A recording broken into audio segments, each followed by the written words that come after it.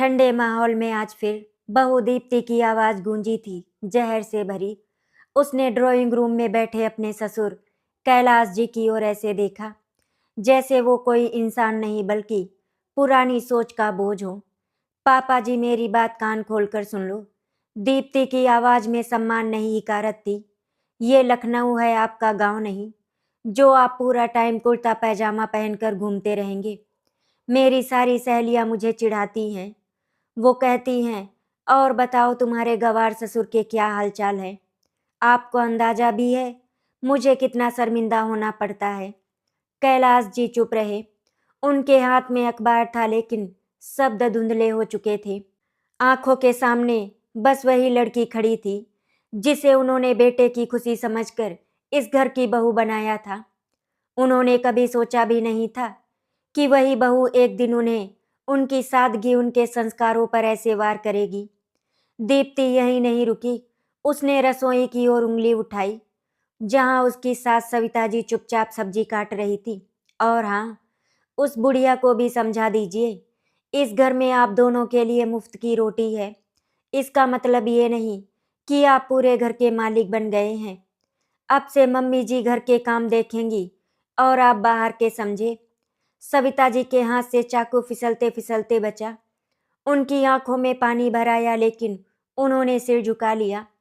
जीवन भर उन्होंने यही सीखा था, घर बचाने के लिए चुप रहना। लेकिन कैलाश जी के भीतर कुछ टूट गया था और उसी टूटन के साथ कुछ जाग भी गया। उन्होंने धीरे से अखबार मोड़ा और चश्मा उतारा और दीप्ति को ऐसे देखा जैसे पहली बार देख रहे हों। उनकी आंखों में ना गुस्सा था ना आंसू, बस एक ठंडी दृढ़ता थी। उस पल दीप्ति को लगा जैसे उसने जीत हासिल कर ली हो। उसे क्या पता था कि जिस इंसान को वो गवार कह रही है वो इंसान अब चुप नहीं रहेगा। कैलाश जी ने मन ही मन फैसला कर लिया था, अब उसे बताना पड़ेगा गवार क्या होता है और संस्कार किसे कहते हैं। कमरे में सन्नाटा था लेकिन उस सन्नाटे में एक आने वाले तूफान की आहट साफ सुनाई दे रही थी। उस दिन दीप्ति के तीखे शब्द हवा में तैरते हुए धीरे धीरे शांत हो गए, लेकिन वे शब्द कैलाश जी के दिल में ऐसे उतर चुके थे जैसे किसी ने बरसों से जमा मिट्टी को कुरेद दिया हो। वे बिना कुछ कहे ड्राइंग रूम से उठे। उनके कदमों में ना जल्दबाजी थी ना ही लड़खड़ाहट, बल्कि एक अजीब ठहराव भरी दृढ़ता थी, जैसे भीतर कोई बहुत बड़ा फैसला ले लिया हो। दीप्ति को लगा कि उसकी बातों का असर हो गया है, जिसकी वजह से ससुर चुप हो गए और हार मान ली है। और वही भ्रम उसके चेहरे पर हल्की सी विजयी मुस्कान बनकर उभर आया। उसे क्या पता था कि ये चुप्पी हार नहीं बल्कि तूफान से पहले की स्थिरता है। कमरे के कोने में बैठी सविता जी अब भी उसी जगह जमी हुई थी। उनकी आंखें लाल थी लेकिन उन्होंने आंसू बहने नहीं दिए। बरसों की आदत थी अपमान को भीतर समेट लेना, दर्द को पूजा समझकर सह लेना। कैलाश जी जब कमरे में आए तो उन्होंने पत्नी की ओर देखा और पहली बार उनकी आंखों में वो असहायपन देखा जो किसी और के सामने कभी नहीं झलका था। सविता जी ने धीमी आवाज में कहा, छोड़ दीजिए जी, आजकल की लड़कियां ऐसी ही होती हैं, पढ़ी लिखी शहर की हैं, हम जैसे लोग उन्हें पुराने लगते हैं। लेकिन कैलाश जी ने पहली बार उनकी बात को बीच में रोक दिया। उनका स्वर ऊंचा नहीं था पर उसमें ऐसा भार था कि सविता जी चुप हो गई। पुराने नहीं, हम जड़ हैं, और जिस दिन जड़ काट दी जाती है उस दिन पेड़ खड़ा नहीं रहता। उसी रात कैलाश जी देर तक सो नहीं पाए। खिड़की से बाहर लखनऊ की चमकती सड़कें, गाड़ियों की आवाजें थी, वही शहर जिसका हवाला देकर दीप्ति ने उन्हें गंवार कहा था। उन्होंने अपने जीवन की पूरी यात्रा एक बार फिर याद की। गांव की कच्ची गलियां, पिता के संस्कार, मेहनत से खड़ा किया गया छोटा सा व्यापार, बेटे को शहर में पढ़ाने का सपना, और फिर ये घर जहां आज उन्हें बोझ समझा जा रहा था। उनके चेहरे पर कड़वाहट नहीं थी बल्कि एक ठंडा आत्ममंथन था। उन्होंने तय कर लिया था कि वे बहू को जवाब गाली या अपमान से नहीं देंगे बल्कि उसी भाषा में देंगे जिसे वो समझती है, हकीकत की भाषा। अगले दिन सुबह सब कुछ सामान्य दिख रहा था लेकिन सामान्यता के पीछे बहुत कुछ बदल चुका था। कैलाश जी समय पर तैयार हुए, वही सादा कुर्ता पैजामा पहना, लेकिन आज उनके व्यक्तित्व में एक अलग आत्मविश्वास था। दीप्ति ने जानबूझकर उन्हें नजरअंदाज किया। मोबाइल पर अपनी सहेलियों से बात करते हुए हंसी, जैसे घर में कोई और मौजूद ही ना हो। आज क्लब में लंच है, वो ऊंची आवाज में बोली, और शाम को पार्टी। प्लीज घर में कोई देहाती माहौल नहीं होना चाहिए। क्या पता मेरी कुछ सहेलियां घर आ जाएं। ये बात उसने सीधे कैलाश जी को सुनाने के लिए कही थी, लेकिन इस बार भी उन्हें चुप देखकर वो और निश्चिंत हो गई। उसे ये अंदाजा बिल्कुल नहीं था कि उसी सुबह कैलाश जी घर से निकलते समय अपने पुराने ब्रीफकेस में कुछ कागज, कुछ फाइलें और बहुत सारे सच रखकर जा चुके थे। वे जिनसे मिलने जा रहे थे, वे सिर्फ पुराने जानकार नहीं थे, बल्कि उस शहर के वे लोग थे जिनके सामने आज भी उनका नाम इज्जत से लिया जाता था। दीप्ति जिस आधुनिकता पर इतराती थी, उसी शहर की नींव में कैलाश जी का पसीना और मेहनत दबी हुई थी, और अब वही नींव धीरे धीरे हिलने वाली थी। सविता जी को पहली बार अपने पति की आंखों में डर नहीं, भरोसा दिखा। उन्होंने मन ही मन सोचा, शायद अब सब कुछ बदलने वाला है। और उधर दीप्ति अपनी चमकदार दुनिया में मग्न, इस बात से बिल्कुल बेखबर थी कि जिसे वो गंवार समझ रही है, वही इंसान उसके बनाए हुए भ्रम के महल की पहली ईंट निकाल चुका है। कैलाश जी के चेहरे पर एक अलग ही गंभीर चमक थी। वे आज फिर उसी सादे कुर्ते पैजामे में थे, लेकिन उनके कदमों में आज झिझक नहीं थी। जिस इंसान का दीप्ति और उसकी सहेलियां गंवार ससुर कहकर मजाक उड़ाती थी, वही इंसान आज शहर के उस हिस्से की ओर बढ़ रहा था जहां बड़े बड़े नाम, बड़ी बड़ी कुर्सियां और पुराने हिसाब किताब बसते थे। ब्रीफकेस उनके हाथ में नहीं, जैसे आत्मसम्मान उनके साथ चल रहा हो। उन्होंने मन ही मन ठान लिया था, आज कोई शोर नहीं होगा, कोई तमाशा नहीं होगा, बस सच अपनी जगह पर रखा जाएगा। दीप्ति अपनी क्लब पार्टी से निकल चुकी थी। अब वो अपनी ही दुनिया में मग्न थी। आईने के सामने खड़ी होकर वो अपनी सहेलियों के व्हाट्सएप ग्रुप में वॉइस नोट भेज रही थी। यार, तुम सोच भी नहीं सकती, मेरे ससुर अब भी वही देहाती स्टाइल, पूरा दिन कुर्ता पैजामा। समझ नहीं आता ऐसे लोग शहर में कैसे टिक जाते हैं। उसकी हंसी में घमंड था, और उसी घमंड ने उसे अंधा कर दिया था। उसे बिल्कुल अंदाजा नहीं था कि जिस टिक जाने की बात वो कर रही है, उसके पीछे कितनी कुर्बानी, कितनी मेहनत और कितनी चुप सहनशीलता छुपी है। शाम होते होते दीप्ति के पति दीपक के ऑफिस में हलचल मच गई। अचानक अकाउंट्स डिपार्टमेंट से फोन आया कि कुछ पुराने निवेशों और प्रॉपर्टी डील्स के कागजों में गड़बड़ी दिख रही है। दीपक हैरान था, क्योंकि ये वही डील्स थी जिन्हें उसने नया जमाना समझकर हल्के में लिया था। जब उसने पूछा कि ये सब अब क्यों निकल रहा है, तो जवाब मिला, सर, ये फाइल्स आपके पापा जी खुद लेकर आए थे। उन्होंने कहा कि अब समय आ गया है सब साफ करने का। दीपक का दिल जोर से धड़क उठा। पहली बार उसे एहसास हुआ कि जिसे वो भी चुपचाप पुराना मान बैठा था, वही इंसान आज उसकी दुनिया की नींव हिला रहा है। शाम को जब दीप्ति पार्टी से लौटी, तो घर का माहौल बदला बदला था। सविता जी चुपचाप पूजा कर रही थी, लेकिन उनके चेहरे पर आज डर नहीं, बल्कि एक अजीब सा सुकून था। दीपक सोफे पर बैठा परेशान दिख रहा था। दीप्ति ने आते ही तंज कसा, क्या हुआ, सब ऐसे मुंह लटका कर क्यों बैठे हैं? दीपक ने पहली बार बिना उसकी तरफ देखे जवाब दिया, पापा ने आज जो किया है ना, उससे बहुत कुछ बदलने वाला है। दीप्ति हंस पड़ी, अरे छोड़ो भी, वो क्या ही कर लेंगे, गांव से आए लोग बस बातें ही कर सकते हैं। लेकिन उसी पल दरवाजा खुला और कैलाश जी अंदर आए। उनका चेहरा शांत था, लेकिन आंखों में एक ऐसी दृढ़ता थी जिसने दीप्ति की हंसी को वहीं रोक दिया। उन्होंने बिना किसी को देखे कुर्सी खींची और बैठ गए। कुछ सेकंड का सन्नाटा था, वही सन्नाटा जो तूफान से पहले आता है। फिर उन्होंने बेहद धीमी लेकिन साफ आवाज में कहा, दीप्ति, तुम्हें लगता है गंवार होना कपड़ों से तय होता है, या इस बात से कि इंसान अपने अतीत और जिम्मेदारियों को कितना समझता है? दीप्ति कुछ बोलना चाहती थी, लेकिन पहली बार शब्द उसका साथ छोड़ चुके थे। कैलाश जी ने आगे कुछ नहीं कहा, लेकिन जो संकेत उन्होंने दे दिया था वो काफ़ी था। दीप्ति को पहली बार लगा कि खेल उसके हाथ से निकल रहा है।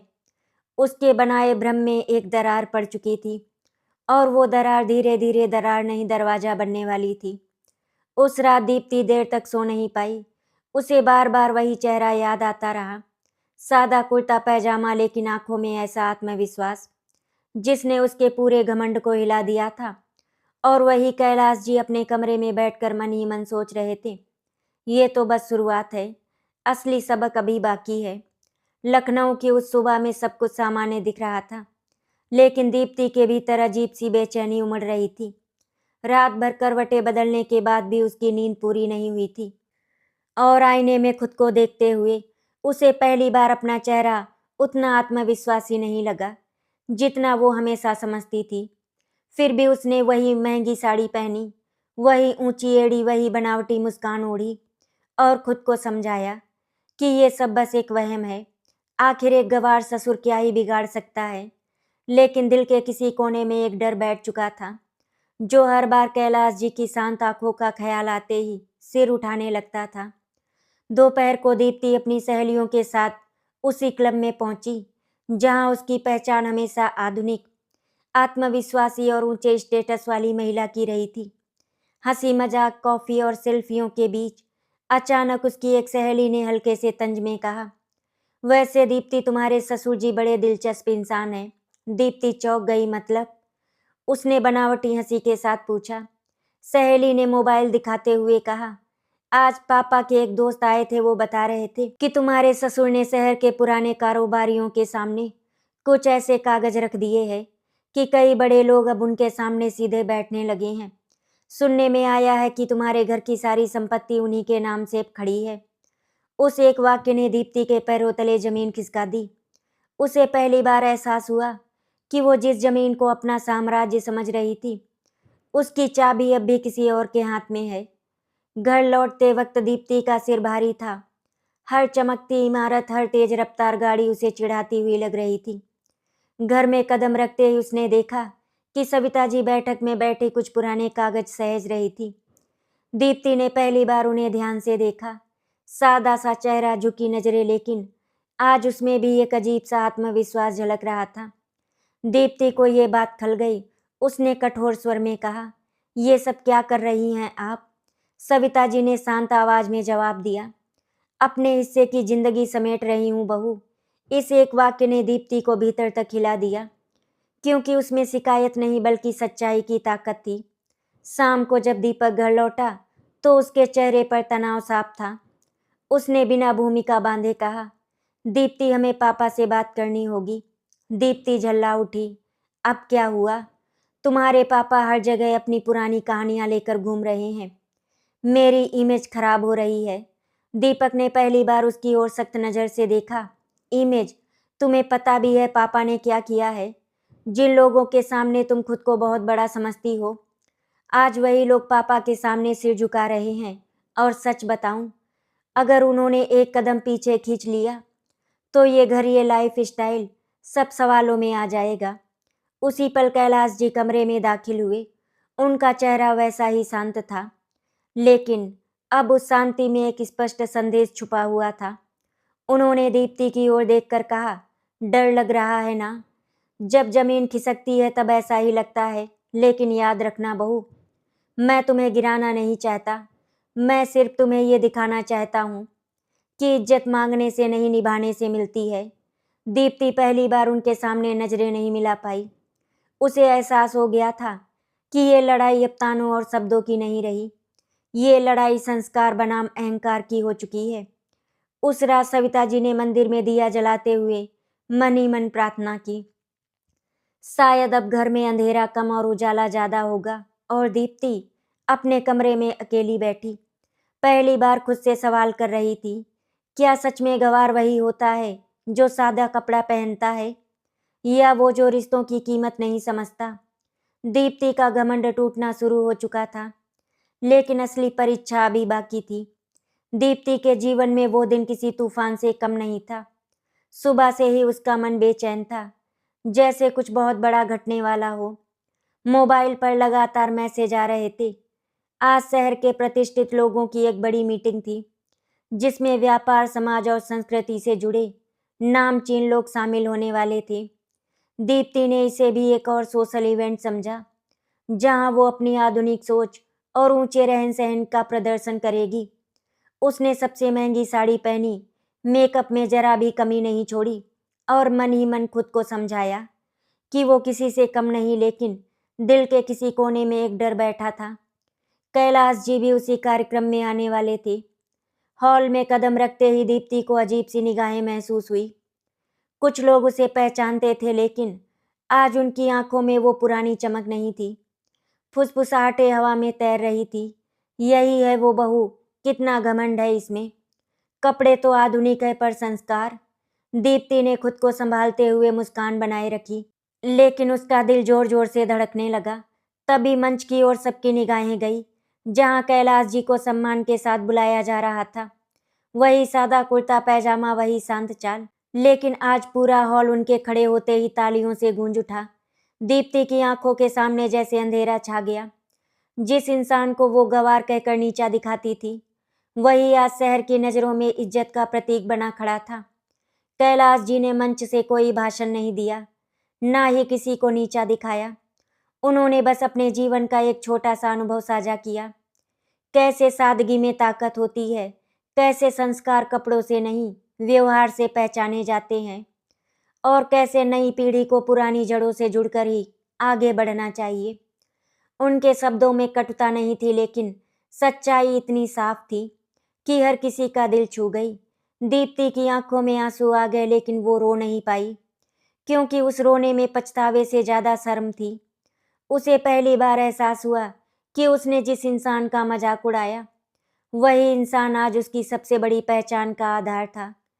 कार्यक्रम के बाद जब लोग कैलाश जी से मिलने उमड़ पड़े, तो दीप्ति एक कोने में खड़ी रह गई।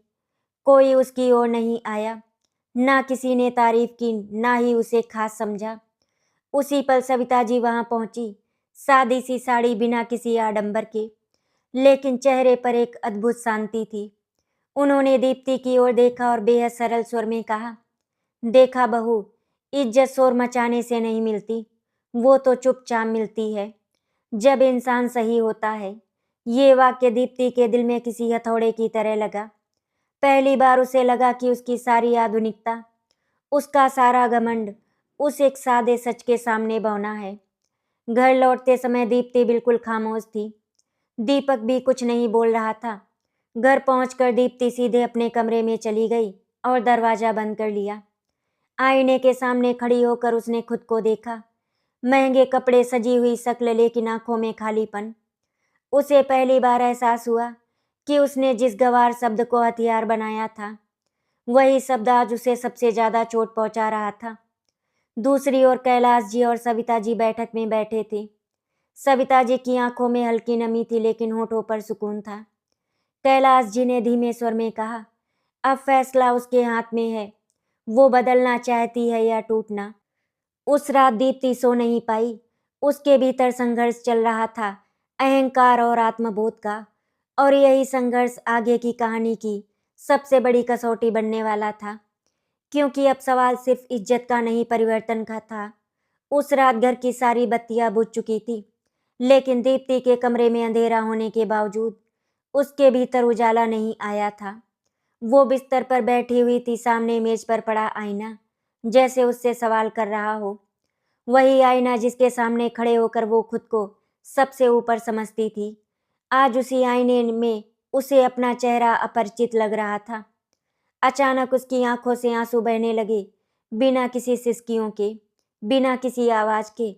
वो रोना उस अपमान का नहीं था जो उसे समाज में मिला, बल्कि उस सच्चाई का था जिसे उसने सालों तक देखने से इनकार किया था, कि वो जिन संस्कारों को गंवारपन समझती रही, वही संस्कार आज भी इस घर की नींव थे। आधी रात के बाद उसे प्यास लगी और वो कमरे से बाहर निकली।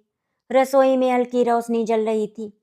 वहां सविता जी बैठी थी, हाथ में पुरानी सी डायरी लिए हुए। दीप्ति ठिठक गई। वो चुपचाप खड़ी रही, जैसे कोई अपराधी अपने फैसले का इंतजार कर रहा हो। सविता जी ने उसे देखा, लेकिन कोई सवाल नहीं किया।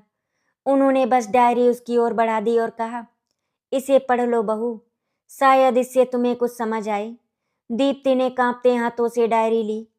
उसके पन्ने पुराने थे, स्याही हल्की पड़ चुकी थी, लेकिन शब्दों में जिंदगी भरी हुई थी। डायरी में कैलाश जी की पूरी कहानी दर्ज थी।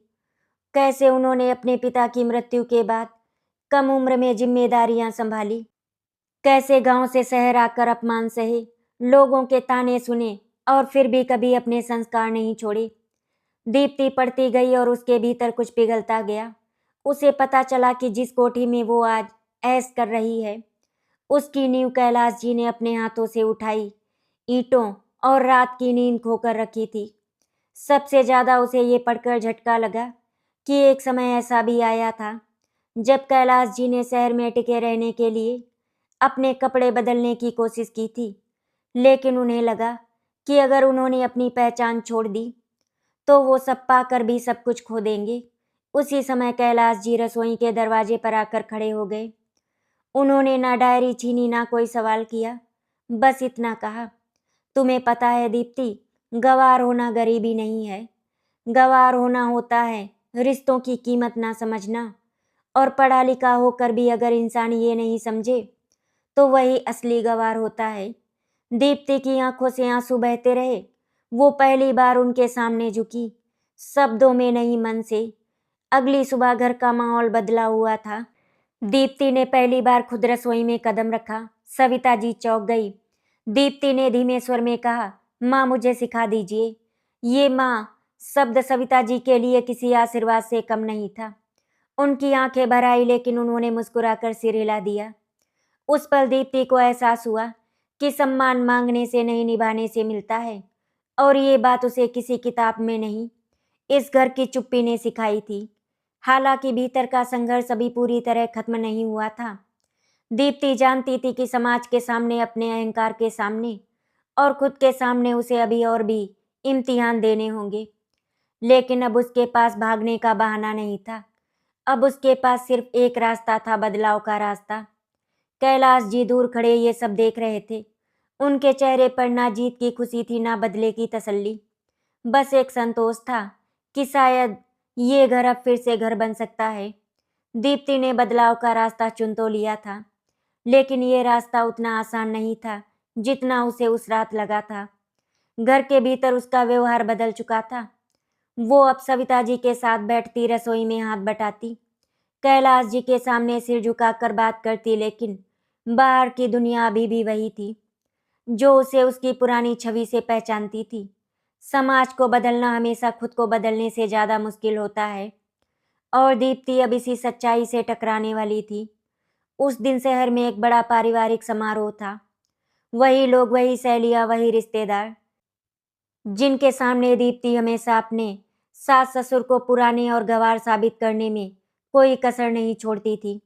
दीप्ति ने बहुत देर तक सोचा कि वो वहां जाए या नहीं, लेकिन अंत में उसने तय किया कि अगर उसे सच में बदलना है तो उसे भागना नहीं, सामना करना होगा। उसने सादी सी साड़ी पहनी, ना ज्यादा मेकअप, ना बनावटी ठसक। जब वो हॉल में पहुंची तो कई निगाहें उस पर टिक गई, कुछ हैरानी से, कुछ मजाक से और कुछ तिरस्कार से। पहली ही सहेली ने तंज कस दिया, अरे दीप्ति आज क्या हुआ? क्लब वाली दीप्ति कहाँ है? और ये साड़ी वाड़ी? हंसी गूंज उठी। पहले दीप्ति भी हंसती, पलटकर ज्यादा तीखा तंज भी देती, लेकिन आज वो चुप रही। उस चुप्पी में कमजोरी नहीं थी, बल्कि एक ठहराव था। उसने गहरी सांस ली और शांत स्वर में कहा, आज मैं वही पहन रही हूँ जिसमें मुझे खुद से नजर मिलाने में शर्म ना आए। ये जवाब सुनकर लोग चौंक गए, लेकिन तंज रुक नहीं पाए। बातों बातों में वही विषय निकल आया, तुम्हारे ससुर जी अब भी वही कुर्ता पैजामा? किसी ने हंसते हुए कहा। दीप्ति का दिल जोर से धड़कने लगा। यही वो पल था जिससे वो डर रही थी। उसने चारों ओर देखा। सामने वही चेहरे थे जिनकी वाहवाही पाने के लिए उसने कभी अपने घर का अपमान किया था, और तभी उसने वो कर दिया जिसकी किसी को उम्मीद भी नहीं थी। उसने ऊंची आवाज में कहा, हाँ पहनते हैं, और मुझे उन पर गर्व है, क्योंकि वही कुर्ता पैजामा उस इंसान की पहचान है जिसने बिना शोर किए इस घर और इस शहर में अपनी जगह बनाई। हॉल में सन्नाटा छा गया। कुछ लोगों के चेहरे उतर गए, कुछ ने नजरें फेर ली। दीप्ति की आंखें नम थी लेकिन आवाज में कपकपी नहीं थी। उसने आगे कहा, मैंने उन्हें गंवार कहा था और आज समझ आया है कि असली गंवारपन क्या होता है। रिश्तों की कीमत ना समझना, अपने ही घर के लोगों को नीचा दिखाना, यही असली गंवारपन है। और वो गलती मैंने की। ये स्वीकार किसी मंच से नहीं, किसी भाषण के लिए नहीं था। ये स्वीकार उसके भीतर की सबसे बड़ी लड़ाई का परिणाम था। घर लौटते समय दीप्ति चुप थी लेकिन उसका मन हल्का था। सविता जी ने दरवाजा खोला तो दीप्ति ने बिना कुछ कहे उनके पैर छू लिए। सविता जी की आंखों से आंसू बह निकले। ये आंसू दर्द के नहीं, उस सम्मान के थे जो बरसों बाद लौटा था। कैलाश जी दूर खड़े ये दृश्य देख रहे थे। उनके चेहरे पर पहली बार हल्की सी मुस्कान आई, लेकिन उन्होंने कुछ नहीं कहा। उन्हें पता था कि बदलाव को शब्दों की नहीं, समय की जरूरत होती है। लेकिन कहानी यहीं खत्म नहीं होने वाली थी। उसी रात एक फोन कॉल ने घर की शांति फिर से तोड़ दी। पुराने कारोबार से जुड़ा एक गंभीर मामला सामने आ गया था।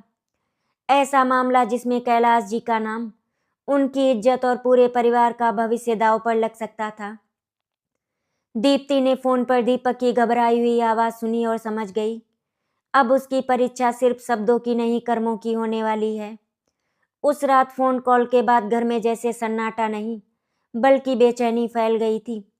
दीपक के हाथ कांप रहे थे, चेहरे का रंग उड़ा हुआ था और उसकी आंखों में साफ दिख रहा था कि ये मामला साधारण नहीं है। कैलाश जी शांत थे लेकिन उनकी आंखों की गंभीरता बता रही थी कि उन्होंने हालात की गहराई समझ ली है। पुराने व्यापार से जुड़ा एक केस फिर से खुल गया था। किसी ने जानबूझकर कुछ दस्तावेजों को तोड़ मरोड़ कर पेश किया था ताकि ये साबित किया जा सके कि वर्षों पहले हुए एक सौदे में गलत नीयत थी। अगर आरोप साबित हो जाते तो न सिर्फ कैलाश जी की वर्षों की कमाई और प्रतिष्ठा मिट्टी में मिल जाती, बल्कि पूरा परिवार समाज के सामने शर्मसार हो जाता। दीप्ति ये सब चुपचाप सुन रही थी। कुछ महीने पहले होती तो शायद वो सबसे पहले खुद को इस मुसीबत से अलग कर लेती और कहती कि ये सब पुराने लोगों की पुरानी गलतियां हैं। लेकिन आज उसके भीतर कुछ और ही चल रहा था। उसे याद आया कि कैसे उसी समाज के सामने उसने अपने ससुर का अपमान किया था और कैसे आज वही समाज उन्हें गिराने का मौका ढूंढ रहा था। उसी क्षण दीप्ति ने मन ही मन फैसला कर लिया, अब वो पीछे नहीं हटेगी। ये लड़ाई सिर्फ कैलाश जी की नहीं, बल्कि उसके अपने आत्मसम्मान की भी है। अगले दिन घर में वकील, पुराने कागज, फाइलें और गंभीर चर्चाएं शुरू हो गई। माहौल भारी था। सविता जी हर किसी के लिए चाय बनाती रही लेकिन उनकी आंखों में डर साफ झलक रहा था। तभी दीप्ति ने वो किया जिसकी किसी ने उम्मीद नहीं की थी। वो खुद आगे बढ़ी और बोली, पापा जी, जिन लोगों ने ये आरोप लगाए हैं उनमें से कुछ को मैं जानती हूँ। वही लोग जो मेरे साथ पार्टियों में हंसते थे आज पीठ में छुरा घोंप रहे हैं। ये कहते हुए उसकी आवाज में ना शर्म थी ना डर, बस दृढ़ता थी। कैलाश जी ने पहली बार उसे ध्यान से देखा, जैसे आज वो सच में बहू नहीं साथी बनकर खड़ी हो। दीप्ति ने आगे बताया कि कैसे उन लोगों की बातचीत, उनके मैसेज और उनकी चालें उसने पहले भी देखी थी लेकिन तब नजरअंदाज कर दिया था। आज उसने वही सब सबूत के तौर पर सामने रखने का फैसला किया। दीपक हैरान था। सविता जी की आंखें भर आई और कैलाश जी के चेहरे पर पहली बार राहत की हल्की लकीर उभरी। उन्होंने शांत स्वर में कहा, बहू, ये रास्ता आसान नहीं होगा। जो सच का साथ देता है उसे सबसे पहले निशाना बनाया जाता है। दीप्ति ने बिना हिचक कहा, अगर सच का साथ देना गंवारपन है तो मुझे गंवार कहलाना मंजूर है। जैसे जैसे मामला आगे बढ़ा दीप्ति पर दबाव पड़ने लगा। वही सहेलियां जो कभी उसकी तारीफ करती थी अब उसे फोन करके धमकाने लगी। कभी इमेज खराब होने की बात, कभी रिश्ते टूटने की। लेकिन दीप्ति हर कॉल के बाद और मजबूत होती गई। उसे सब साफ दिखने लगा था कि आधुनिकता का मुखौटा पहनकर कितने लोग भीतर से खोखले होते हैं। उसने पहली बार समझा कि असली हिम्मत ऊंची आवाज में बोलने से नहीं, बल्कि सही के साथ खड़े रहने में होती है। एक शाम जब सब थक चुके थे, कैलाश जी अकेले आंगन में बैठे थे। दीप्ति उनके पास जाकर चुपचाप खड़ी हो गई। कुछ देर बाद उसने धीमे स्वर में कहा, पापा जी, मैंने आपको बहुत दुख दिया, लेकिन आज अगर आपके साथ खड़ी हूँ तो ये किसी एहसान के लिए नहीं, बल्कि इसलिए कि मैंने आपसे इंसान बनना सीखा है। कैलाश जी की आंखें नम हो गईं। उन्होंने पहली बार दीप्ति के सिर पर हाथ रखा। ये स्पर्श किसी जीत का नहीं बल्कि स्वीकार का था। लेकिन संकट अभी पूरी तरह टला नहीं था। अदालत की तारीख नजदीक थी और फैसला आने वाला था। ऐसा फैसला जो या तो सब कुछ छीन लेगा या फिर इस परिवार को पहले से कहीं ज्यादा मजबूत बना देगा। अदालत के बाहर उस दिन अजीब सी खामोशी थी, जैसे हवा भी फैसले का इंतजार कर रही हो। कैलाश जी सादे कुर्ते पैजामे में खड़े थे, वही पहनावा जो कभी मजाक का विषय बना था, आज आत्मविश्वास की ढाल बन चुका था। उनके चेहरे पर घबराहट नहीं थी, बल्कि वर्षों की सच्चाई का ठहराव था। सविता जी चुपचाप उनके पास बैठी थी, हाथ में माला थी, होठों पर प्रार्थना। दीपक बार बार घड़ी देख रहा था और दीप्ति दीप्ति आज बिल्कुल अलग दिख रही थी। उसकी आंखों में डर था, लेकिन उससे बड़ा संकल्प भी। आज अगर सच के लिए खड़ा होना पड़ा तो वो किसी कीमत पर पीछे नहीं हटेगी। अदालत की कार्यवाही शुरू हुई। आरोप लगाने वालों की तरफ से बड़े बड़े शब्द उछाले गए। धोखाधड़ी, छल, पुराने सौदों में गड़बड़ी। वे जानते थे कि शोर जितना बड़ा होगा सच्चाई उतनी दबेगी। कुछ पल के लिए माहौल भारी हो गया। दीप्ति ने देखा कि कैसे वही लोग जिनके साथ उसने कभी हंसते हुए कॉफी पी थी, आज उसके ससुर को अपराधी साबित करने पर तुले हुए थे। उसके भीतर गुस्सा उभरा, लेकिन उसने खुद को संभाला। आज भावनाओं का नहीं, सच का दिन था। जब बचाव पक्ष की बारी आई तो कैलाश जी ने खुद खड़े होकर बोलने की अनुमति मांगी। अदालत में सन्नाटा छा गया। उन्होंने ऊंची आवाज में नहीं बल्कि बेहद शांत और स्पष्ट शब्दों में अपनी बात रखी। कैसे हर सौदा नियमों के तहत हुआ, कैसे हर कागज पर मेहनत और ईमानदारी की मोहर लगी थी। लेकिन असली मोड़ तब आया जब दीप्ति आगे बढ़ी। पूरे हॉल की निगाहें उस पर टिक गई। ये वही दीप्ति थी जो कभी इसी समाज के सामने अपने ससुर को गंवार कहकर नीचा दिखाती थी, और आज वही दीप्ति उनके लिए ढाल बनकर खड़ी थी। दीप्ति ने अदालत के सामने वे मैसेज रिकॉर्डिंग्स और दस्तावेज रखे थे जो उसने संभाल कर रखे थे। उसने साफ कहा कि आरोप लगाने वाले ने ही मिलकर कागजों में हेराफेरी की थी ताकि एक ईमानदार इंसान को गिराया जा सके। उसकी आवाज में नाटकीयता नहीं थी, लेकिन सच्चाई की ताकत थी। जज के चेहरे पर गंभीरता साफ दिख रही थी। हर सवाल का जवाब दीप्ति ने बिना झिझक दिया, क्योंकि आज उसके पास छुपाने के लिए कुछ नहीं था। एक एक कर झूठ की परतें खुलने लगी। जो लोग खुद को बहुत चालाक समझ रहे थे, उनके बयान आपस में टकराने लगे। अदालत में फुसफुसाहटें शुरू हो गईं। सविता जी की आंखों से आंसू बह निकले, डर के नहीं, उस राहत के जो वर्षों की तपस्या के बाद मिलती है। कैलाश जी ने दीप्ति की ओर देखा। उनकी आंखों में गर्व था, लेकिन उससे भी ज्यादा संतोष कि उनकी बहू ने आज रिश्तों की कीमत समझ ली है। अंततः जज ने कार्यवाही रोकते हुए कहा कि प्रस्तुत साक्ष्य स्पष्ट है, आरोप निराधार है और जानबूझकर साजिश रची गई थी। अदालत में जैसे सांसें लौट आईं, दीप्ति के पैरों तले से बोझ हट गया। दीपक ने गहरी सांस ली। कैलाश जी ने आंखें बंद कर एक पल के लिए भगवान का धन्यवाद किया। बिना दिखावे के, बिना शोर के, लेकिन असली फैसला अभी बाकी था। कानूनी नहीं बल्कि जीवन का फैसला। अदालत से बाहर निकलते समय मीडिया के सवाल दीप्ति की ओर बढ़े। आप कुछ कहना चाहेंगी? दीप्ति ने एक पल सोचा और फिर शांत स्वर में कहा, आज ये साबित हो गया कि सादगी कमजोरी नहीं होती, और जिसने सच का साथ दिया वही असली विजेता है। उसके शब्द छोटे थे, लेकिन असर गहरा था। घर लौटते वक्त गाड़ी में सन्नाटा था, पर वो सन्नाटा बोझिल नहीं था। वो सन्नाटा उस शांति का था जो तूफान के बाद आती है। अदालत से लौटने के बाद उस घर में अजीब सी शांति थी। ऐसी शांति जो किसी जीत के शोर से नहीं बल्कि भीतर की हलचल के थम जाने से पैदा होती है। ड्राइंग रूम में वही फर्नीचर, वही दीवारें, वही तस्वीरें थी, लेकिन घर का माहौल बदल चुका था। सविता जी ने बिना किसी से कुछ कहे चाय बनाई और सबके सामने रख दी। ये वही रसोई थी जहां कभी उन्हें बुढ़िया कहकर चुप करा दिया गया था, और आज वही रसोई घर की सबसे सशक्त जगह लग रही थी। कैलाश जी चुपचाप खिड़की के पास खड़े थे, बाहर देखते हुए। लेकिन इस बार बाहर की दुनिया नहीं, भीतर की यात्रा उन्हें सुकून दे रही थी। दीप्ति कमरे में आई और पहली बार उसने बिना किसी झिझक के, बिना किसी डर के कैलाश जी के सामने हाथ जोड़ दिए। ये हाथ जोड़ना कोई औपचारिक माफी नहीं था, बल्कि एक गहरी स्वीकारोक्ति थी। उसकी आंखों से आंसू बह रहे थे, लेकिन आज ये आंसू कमजोरी के नहीं थे। उसने भारी आवाज में कहा, पापा जी, मैंने आपको सिर्फ शब्दों से नहीं, सोच से भी ठेस पहुंचाई है। मैंने समझ लिया था कि शहर, कपड़े और दिखावा ही समझदारी है, लेकिन आज अदालत में नहीं, अपने भीतर हार कर समझ आया कि असली गवार तो मैं थी, जो रिश्तों की कीमत नहीं समझ पाई। कमरे में सन्नाटा था, लेकिन वो सन्नाटा अब दर्द नहीं, उपचार बन चुका था। कैलाश जी ने धीरे से उसकी ओर देखा। उनकी आंखों में ना गुस्सा था, ना अहंकार और ना ही जीत का भाव। उन्होंने बस इतना कहा, बहु इंसान गलती करता है, यही इंसान होना है।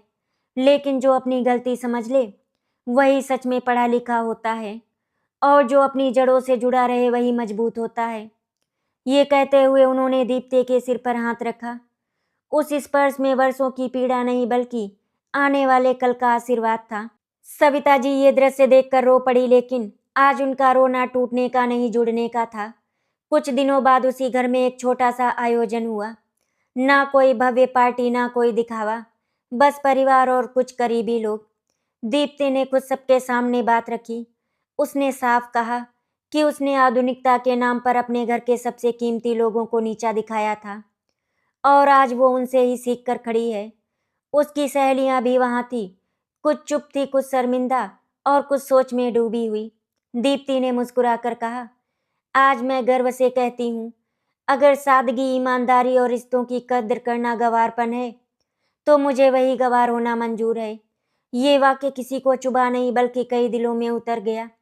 समय बीतने लगा, घर में बदलाव दिखने लगा।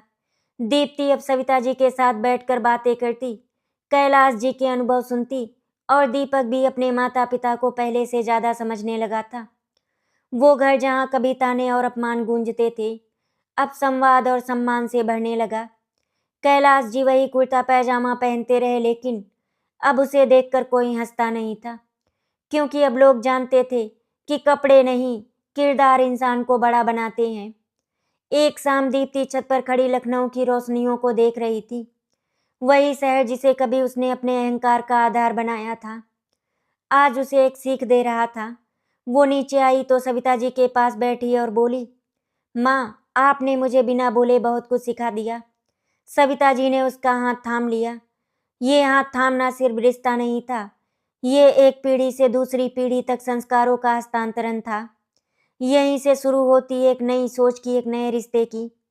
क्योंकि उस घर में अब कोई गवार नहीं था, वहाँ सिर्फ संस्कारवान लोग थे, जिन्होंने समझ लिया था कि आधुनिकता आगे बढ़ना सिखाती है, लेकिन जड़ें ही गिरने से बचाती हैं।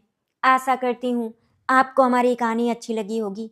अगर आपको हमारी कहानी अच्छी लगी तो वीडियो को लाइक एंड शेयर करें, चैनल को सब्सक्राइब करें। वीडियो देखने के लिए आपका धन्यवाद।